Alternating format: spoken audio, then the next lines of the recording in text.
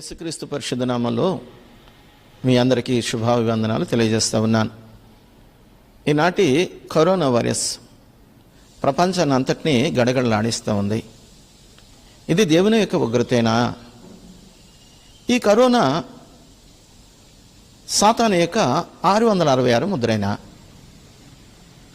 ఇది ఈనాటి ప్రశ్న కాదు. మొదటి శతాబ్దంలో యేసుక్రీస్తు ప్రభు ఆరోహణమైన తర్వాత శిష్యులలో ఇటువంటి గందరగోళం ఏర్పడింది. యేసుక్రీస్తు వచ్చేస్తున్నాడు అని చాలాసార్లు వాళ్ళు ఇలా మాట్లాడుకుంటూ ఉంటే అపోస్తులైన పౌలు 2వ తెస్సలోనికి రాసిన పత్రికలో 2వ అధ్యాయంలో 1వ వచనాన్ని ఆయన మనకి జ్ఞాపకం చేస్తూ ఉన్నాడు. ప్రభు దినము ఇప్పుడే వచ్చినట్లుగా ఆత్మ వలనైనను మాట వలనైనను మా యొద్ద నుండి వచ్చినదని చెప్పిన పత్రిక వలనైనను ఎవడైనను చెప్పిన ఎడల మీరు త్వరపడి చంచల మనస్కులు కాకుండా వలననియు బెదరకుండా వలననియు ప్రభు పేరిట వ్రాయుచున్నాను. ప్రభు పేరిట మీకు రాస్తున్న మాట ఏంటి అని అంటే, ఆత్మ వలనైనాను అలాగే మాట వలనైనాను మా యొద్ద నుంచి వచ్చిన పత్రిక వలనైనాను ప్రభు ఇదిగో వచ్చేస్తున్నాడు, ప్రభు దినం ఇప్పుడే అని ఎవరన్నా అంటే మీరు బెదరొద్దు, చంచల మనస్కులు కాకుండా ఉండాలి. ఏం జరగాలి అయితే? ప్రభు ఎప్పుడు వస్తాడైతే మొదట ఏం సంభవించాలో చూద్దాం.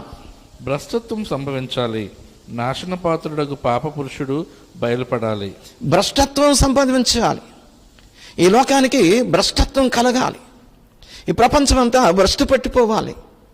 నాశనపాత్రులకు పాప పురుషుడైన క్రీస్తు విరోధి బయలుపడాలి. రెండవ అంశము అక్కడ రాయబడి ఉందో చదువుదాం. ఏది దేవుడు అనబడునో, ఏది పూజింపబడునో దాన్ని అంతటిని ఎదిరించి నేనే దేవుడినని యెరూషలేము దేవాలయంలో కూర్చుండునో అప్పుడు యేసు తన సంగమం కొరకు మధ్యాకాశంలోకి వచ్చును. క్రీస్తు విరోధి నేనే దేవుడను, నన్ను పూజించండి అని యెరూషలేము దేవాలయంలో ఆయన కూర్చోవాలి. అప్పుడు యేసుక్రీస్తు ప్రభు తన సంఘాన్ని తీసుకుని వెళ్ళడానికి మధ్యాకాశానికి వస్తాడు. జ్ఞాపకం చేసుకోండి, ఈ కరోనా వైరస్ వచ్చేసింది, ఇదిగో యేసుక్రీస్తు ప్రభు వచ్చేస్తున్నాడు, ఆయన ఉగ్రత చోటు చేసుకుంది అని నువ్వు అంటున్నావు. అది తప్పని నేను మనవి చేస్తా ఉన్నాను. ఎందుకనంటే 2వ పేతురు పత్రిక 3వ అధ్యాయము 9వ వచనంలో ఆయన యొక్క ఉద్దేశం ఏంటో, ఆయన ఎటువంటి మనసు కలిగి ఉన్నాడో పేతురు రాస్తున్నాడు, చూద్దాం. ఎవడును నశింపవలనని ఇచ్చయింపక అందరూ మారు మనసు పొందవలని కోరుచు మీ ఎడల దీర్ఘశాంతం గలవాడై ఉన్నాడు. దేవుడు దీర్ఘశాంతం వహిస్తున్నాడు. మనం ఎవరు కూడా నశించిపోవడం ఆయనకి ఇష్టం లేదు. అందుకని ఆయన రావడం ఆలస్యం చేస్తున్నాడు. ఆయన కానీ వచ్చినట్లయితే అనేకమైన ఆత్మలు నశించిపోతాయి. ఆయన ఉగ్రతను ఎవరు తట్టుకోలేరు. ఆయన ఏం చెప్పాడు? ఈ ఉగ్రత ఎందుకు వచ్చింది అని అంటే, నీకు నువ్వు తెచ్చుకున్నదే. దేవాది దేవుడు నీకేమో ఉగ్రత ఆయన నీ మీద కుమ్మరించలేదు, ఆయన ప్రేమనే కుమ్మరిస్తున్నాడు. నువ్వు ఆయన తెలుసుకోవాలని, నువ్వు మారు మనసు పొందాలని ఆయన దీర్ఘశాంతం వహిస్తున్నాడు. నువ్వు దీనిని, ఈ కరోనాని దేవుడే పంపించాడు, యేసయ్యే చేశాడు ఈ ఉగ్రత అంతా కూడా అని నువ్వు అంటున్నావు. అది తప్పు. ఎందుకనంటే రోమీయులకు రాసిన పత్రిక 2వ అధ్యాయము 5వ వచనంలో ఉన్న మాటలు చదువుదాం. నీకు నీవే ఉగ్రతను సమకూర్చుకున్నావు. నీకు నీవే ఈ ఉగ్రతను సమకూర్చుకుంటున్నావు. దేవుడు ఏం చెప్పాడు? ఆదాము, నువ్వు ఈ పండు తిను దినమున నిశ్చయముగా చనిపోతావన్నా అన్నాడు. దేవుడు చెప్పిన మాట విన్నాడా? వినలేదు. అంత మాత్రాన దేవుడు విడిచిపెట్టాడా? ద్వితీయోపదేశ కాండంలో కూడా 10వ అధ్యాయము 13వ వచనంలో ఆయన ఏమన్నాడో చూద్దాం. నీ మేలు కొరకు యెహోవా ఆజ్ఞలను కట్టడలను అనుసరించి నడుచుకోమని చెప్పిన మాట కాక నీ దేవుడైన యెహోవా నిన్ను మరి ఏం అడుగుచున్నాడు? దేవుడు చెప్పిన మాట నువ్వు వినడం అన్నది కాక మరి ఏమీ నిన్ను అడగలే. దేవాది దేవుడు ఏం చెప్పాడో ఆ మాట వినమన్నాడు, కానీ నువ్వు వినలేదు. నీవే ఉగ్రత కొని తెచ్చుకున్నావు. అది నువ్వు మర్చిపోతున్నావు. నువ్వు మాట వినలేదు కాబట్టి దేవుడు మానవుడిగా ఈ లోకానికి వచ్చాడు. మనము దేవుని మాట వినలేదు కాబట్టి మనం చేసిన ఆ తప్పుకి దేవుడు సిలువలో మరణము పొందాడు. ఆయన మన కొరకు పాపిగా మారాడు, పాప విమోచన చేశాడు. అయితే ఆయన ఎందుకు వచ్చాడు? 1వ తిమోతి రాసిన పత్రిక ఆయన 1వ అధ్యాయంలో 15వ వచనంలో అంటాడు, పాపులను రక్షించుటకు క్రీస్తు యేసు లోకమునకు వచ్చెను. క్రీస్తు యేసు ఈ లోకానికి వచ్చాడు. ఆయన రక్షించడానికి వచ్చాడు కానీ నిన్ను శిక్షించడానికి రాలేదు. నువ్వు మారాలని, దేవుని వైపు తిరగాలని. ఇప్పుడైనా ఈ కరోనా వైరస్ వలన మానవులు తమకు తాము సమకూర్చుకున్న ఉగ్రత ఇది. మానవుడు చేసిన తప్పుకి వాళ్ళు అనుభవిస్తున్న శిక్ష కానీ దేవాది దేవుడైతే నిన్ను రక్షించడానికి ఈ లోకానికి వచ్చాడు. ఏ మానవుడు నశించక నిత్య జీవాన్ని అనుగ్రహించడానికి దేవాది దేవుడు ఈ లోకానికి వచ్చాడు. అలాంటి ప్రేమమయుడు నిన్ను శిక్షించాలని కాదు కానీ నిన్ను రక్షించాలనే ధ్యేయము. ఇది దేవుడు పెట్టిన శిక్ష అని నువ్వు అంటున్నావు. యోబుకి శ్రమ కలిగింది. ఆ శ్రమ కలిగినప్పుడు 3 స్నేహితులు కూడా మాట్లాడుతున్నారు, ఇది నీ వలన వచ్చిన తప్పే అని. కానీ దేవాది దేవుడు మాట్లాడుతున్నాడు, ఇదిగో యోబులాగా మీరు నన్ను గనపరచలేదని. చాలామంది దేవుని గనపరచకుండా దేవుడే ఇది చేశాడు, మీరు దేవుని వైపు తిరగండి అంటున్నా కానీ దేవుడు శిక్ష వేయక ముందే ఇంతకంటే నిత్య నరకం ఒకటి ఉన్నది. ఆ నరకంలో నువ్వు వెళ్ళకముందే, ఆ నరకాగ్నిలో నువ్వు కాలకముందే నువ్వు దేవునిని అంగీకరించాలని. అందుకనే సామెతల గ్రంథము 1వ అధ్యాయము 24, 25, 26 చదువుదాం. నేను పిలువగా మీరు వినకపోతిరి, నేను పిలిచాను మీరు వినలేదు, నా చేయి చాపగా ఎవరినూ లక్ష్య పెట్టకపోయింది. నీకు సహాయం చేయాలని, నిన్ను నడిపించాలని, నీకు మంచి మార్గం చూపించాలని నేనేం చేశాను? నా చేయి చాపాను, నువ్వు లక్ష్య పెట్టలేదు. నేను చెప్పిన బోధ ఏమియో మీరు వెనక త్రోసివేసి. నేనేం చెప్పాను? నా మాట వినండి చాలు అని అన్నా. ఏమన్నాడు? దేవుడు లోకమును ఎంతగానో ప్రేమించాడు కాగా తన అద్వితీయ కుమారుని యందు విశ్వాసముంచు ప్రతి వాడును నశించక నిత్యజీవం పొందినట్లుగా ఆయన కుమారుడిగా ఈ లోకానికి వచ్చాడు. అపుత్రస్య గతిర్నాస్తి స్వర్గో నైవేచ్ఛ. పుత్రుడు లేకపోతే స్వర్గమే లేదు. దేవుడే పుత్రుడిగా ఈ లోకానికి వచ్చాడు. ఆ పుణ్యము నరకం నుంచి నిన్ను తప్పించడానికి వచ్చాడు. నీకు శిక్ష వేయడానికి కాదు, నిన్ను ఆ శిక్ష నుంచి తప్పించడానికి వచ్చాడు. ఈ కరోనా వైరస్ ఈ ప్రపంచమంతా కూడా మరి బాధపడుతుంది అని అంటే, కరోనా వైరస్ వలన అనేక మంది చనిపోతున్నారంటే మానవుడు దేవుని మాట వినకపోవడం వలన మానవుడే తెచ్చుకున్న ఆ శిక్ష అని మనం చేస్తా ఉన్నాను, ఆ ఉగ్రతను మనం చేస్తా ఉన్నాను. చదువుదాము. నేను చెప్పిన బోధ ఏమియో మీరు వెనక త్రోసివేసి. నేను చెప్పిన బోధ వెనక మీరు తోసేశారు. నేను గద్దింపగా లోబడకపోతే. నేను గద్దించాను చాలా సార్లు. ఇలాంటివి ఎన్నో వచ్చాయి. మొదటి ప్రపంచ యుద్ధం వచ్చింది, రెండో ప్రపంచ యుద్ధం వచ్చింది, అలాగే కలరా వచ్చింది, టైఫాయిడ్ వచ్చింది, అనేకమైన మరి రోగాలు వచ్చినాయి. కానీ దానికైనా మీరు లోబడ్డారా? దేవుని వైపు తిరిగారా అంటే లేదు. ఈరోజు నువ్వేమంటున్నావు? దేవుడే ఇది చేశాడు అని అంటున్నావు. దేవుడు చేస్తే ఆయన ఉగ్రత మనం తట్టుకోలేమండి. ఆయన ప్రేమ కలిగిన వాడు.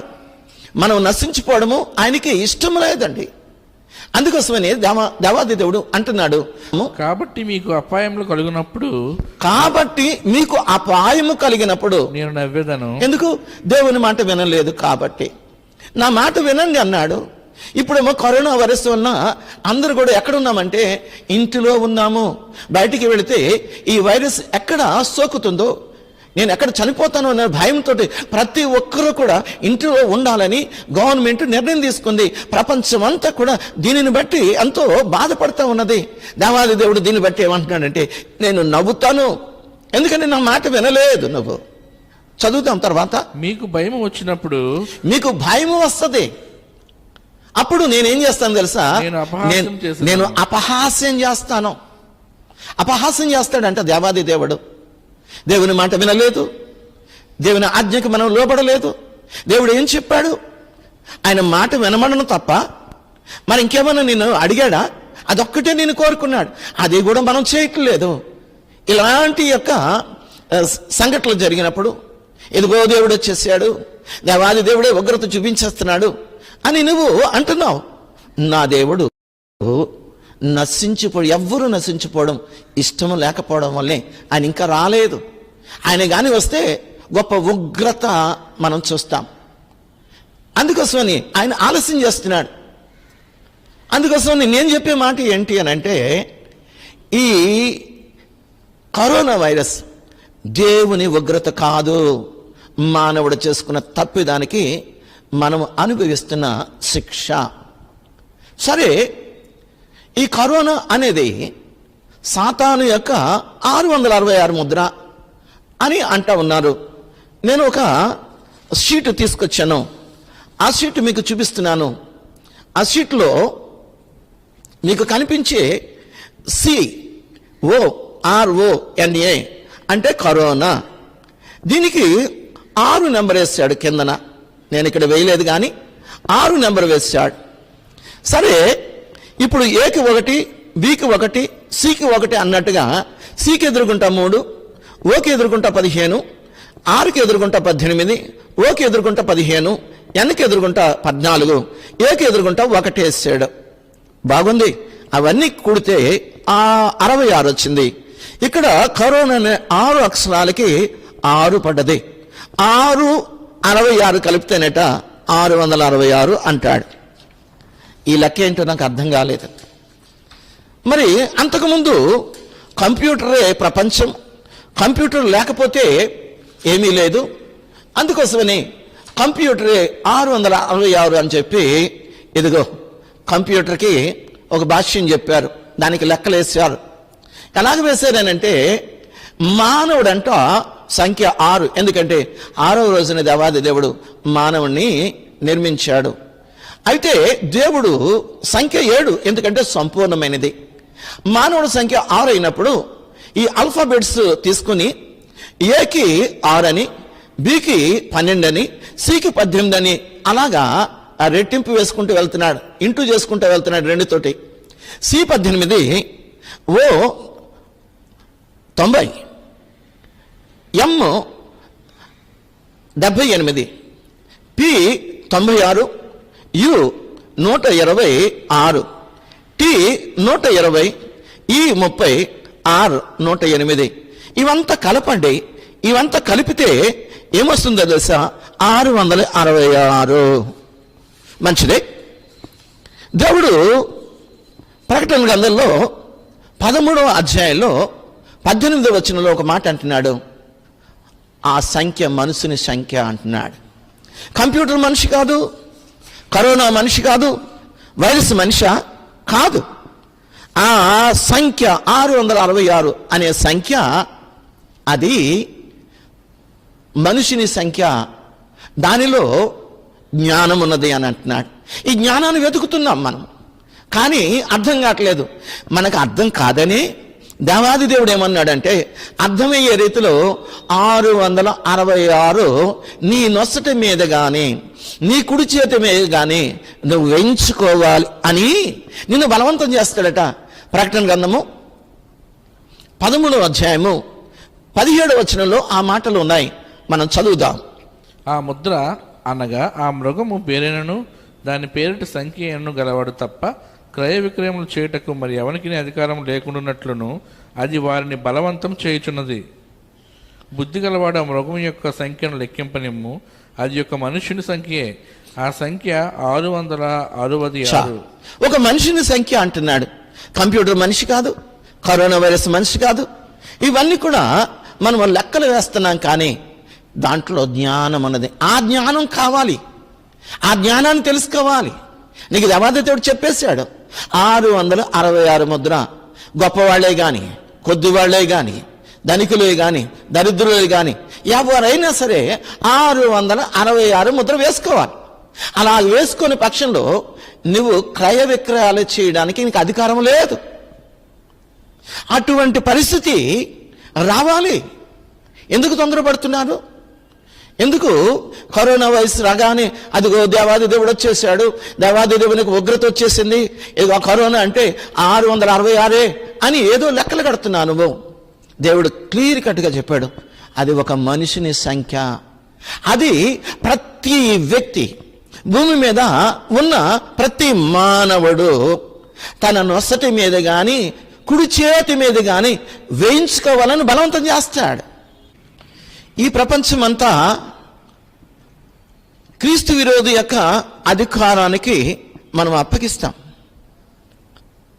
అతనికి ముద్ర 666 ముద్ర ప్రతి ఒక్కరూ వేసుకోవాలి.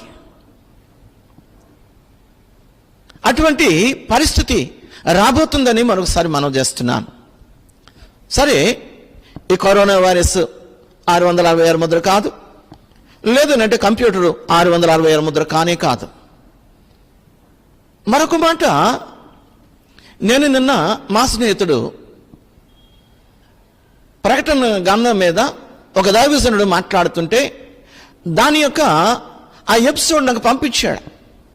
ఆ దైవజనుడు ఆత్మచేత బలముగా దేవుని యొక్క వాక్యాన్ని చెబుతా ఉన్నాడు. ఎంతో సంతోషం అనిపించింది. కానీ సంఘమట 7 సంవత్సరాలు పెండ్లి విందులు ఉంటుంది అని, సంఘము శ్రమలలో ఉండదు అని. వాక్యం ఆధారం ఏది చెప్పండి? వాక్య ఆధారం ఏది చెప్పండి? లేదా సంఘము లేదా? దేవుని బిడ్డలు ఉండరా? ఉంటారు. ఎందుకనంటే ఐగుప్తులో ఇజ్రాయేలీలు బానిసత్వంలో ఉన్నప్పుడు దేవుడు వారిని విడిపించడానికి మోషేని పంపించాడు. మోషే ద్వారా 10 అద్భుత కార్యాలు చేసినప్పుడు గోషేను ప్రాంతంలో ఉన్నారు. ఐగుప్తులో గోషేనుని ఆ పట్టణంలో ఇజ్రాయేలీలు ఉన్నారు.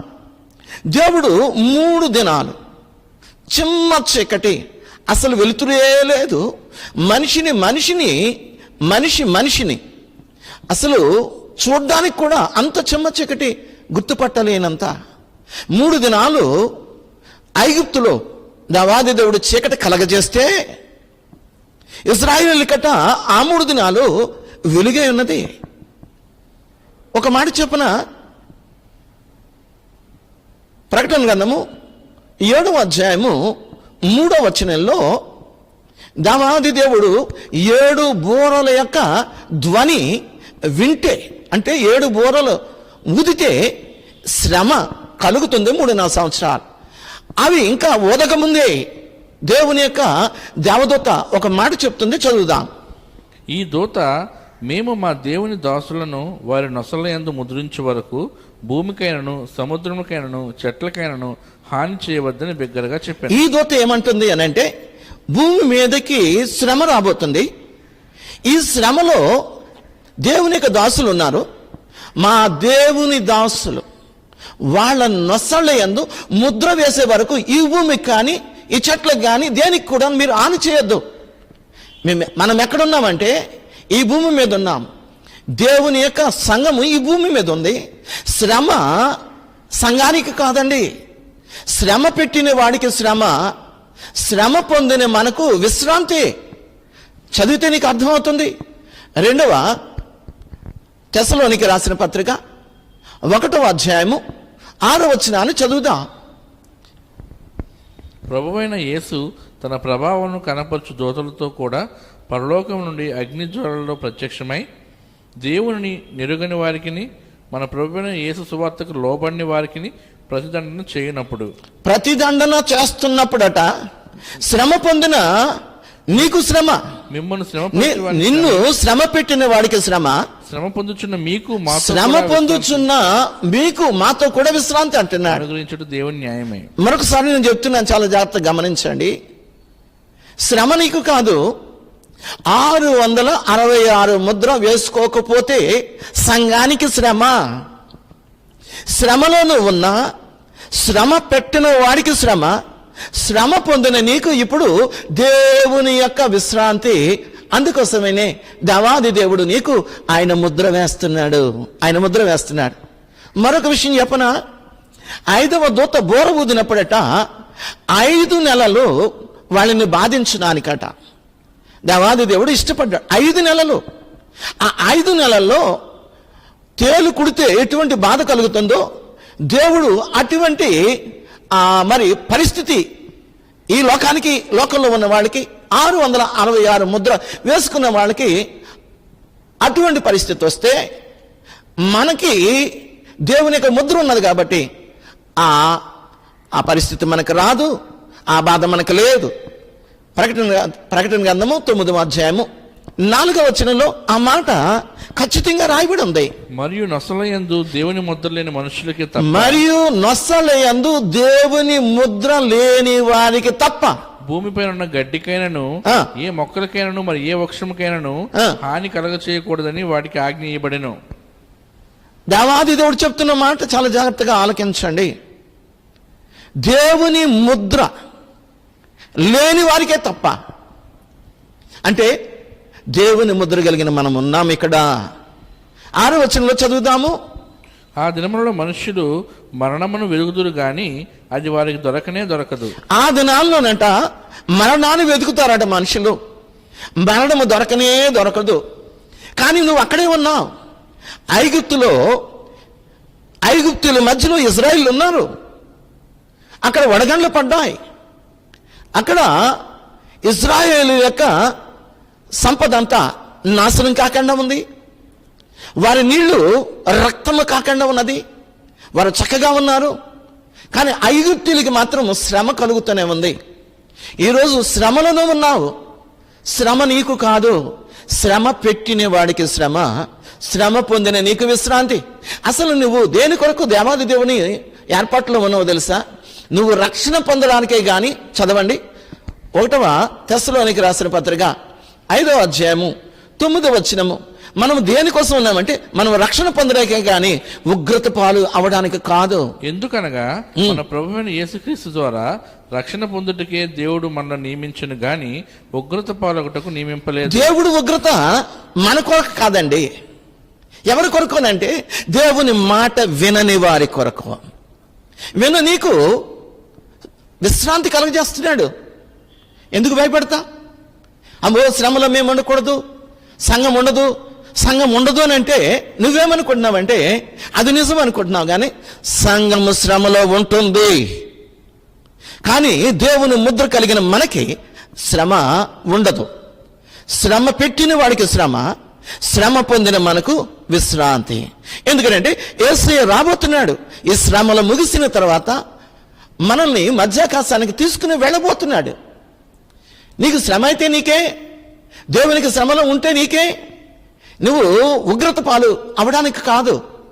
నీవు దేవుని యొక్క కృపలో నువ్వు రక్షణ పొందడానికే ఉన్నావు. రక్షణ పొందిన మనకి శ్రమ దేవుని వలన కాదు.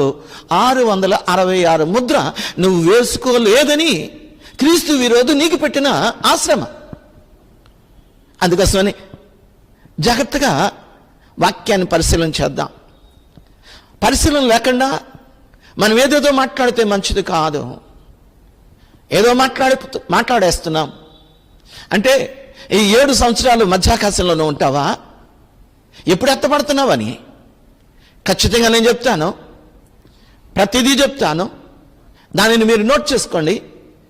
ఎంతవరకు ఈ ప్రకటన గ్రంథం ఎన్ని ఎపిసోడ్లు అవుతాయి నాకు తెలియదు. కానీ మీరు చాలా జాగ్రత్తగా వాక్యానుసారమైన బోధన నేను చేస్తాను. వాక్యాన్ని మీకు విప్పి చెబుతాను నేను. ఎందుకంటే జతపక్షులు మనం వెతకాలి. ఎవరో చెప్పారు దానిని తీసుకొచ్చి మనం చెప్తున్నాం కాదండి. యెషయా గ్రంథంలో 34వ అధ్యాయంలో 16వ వచనంలో దీనికి ఒక జతపక్షి ఉంటుంది. ఆ జతపక్షిని నువ్వు వెతకాలి. ఆ జతపక్షిని వెతకలేని నీవైతే ఇదిగో వెతికే వాళ్ళు ఉన్నారు. ఆ వెతికిన వాళ్ళ యొక్క బోధను ఆలకించాం. చదువుదాం. యెహోవా గ్రంథమును పరిశీలించి చదువుకొనుడి. యెహోవా గ్రంథాన్ని పరిశీలించి చదువుకో. ఆ జంతువులలో ఏదియు లేక ఉండదు. దేని జతపక్షి దాని యొద్ద ఉండక మానదు. దేని జత పక్షి దాని దగ్గర ఉండక మానదు. ఆ జత పక్షిని దేవుడే తన నోటితో, తన ఊపిరితో జత చేస్తాడు, ఇది అని తెలియజేస్తాడు. అలాగ తెలియజేయబడిన ఆత్మ కలిగిన దైవజనులు ఉన్నారు. వాళ్ళు చెప్పినది ఎంతవరకు నిజమో అని నువ్వు పరిశీలన చేయి.